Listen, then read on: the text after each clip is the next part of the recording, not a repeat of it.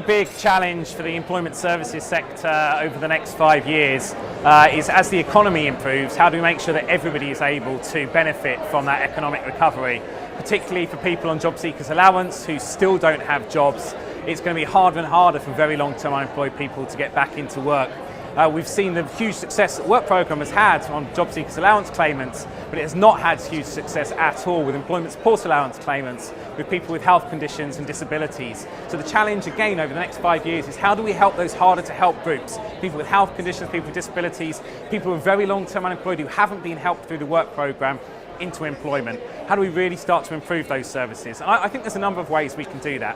One is I think we need to get much better on competition in the sector and using hard evidence and performance data. This is a sector which is still full of hubris. Everybody says they're brilliant at doing the job, and actually not many people are.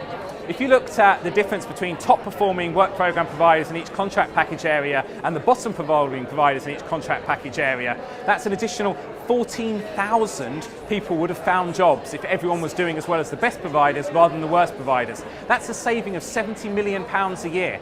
That starts to make a mockery of tendering and buying employment services based on who does it cheapest. We need to stop doing it on who does it cheapest and start doing it on who does it best.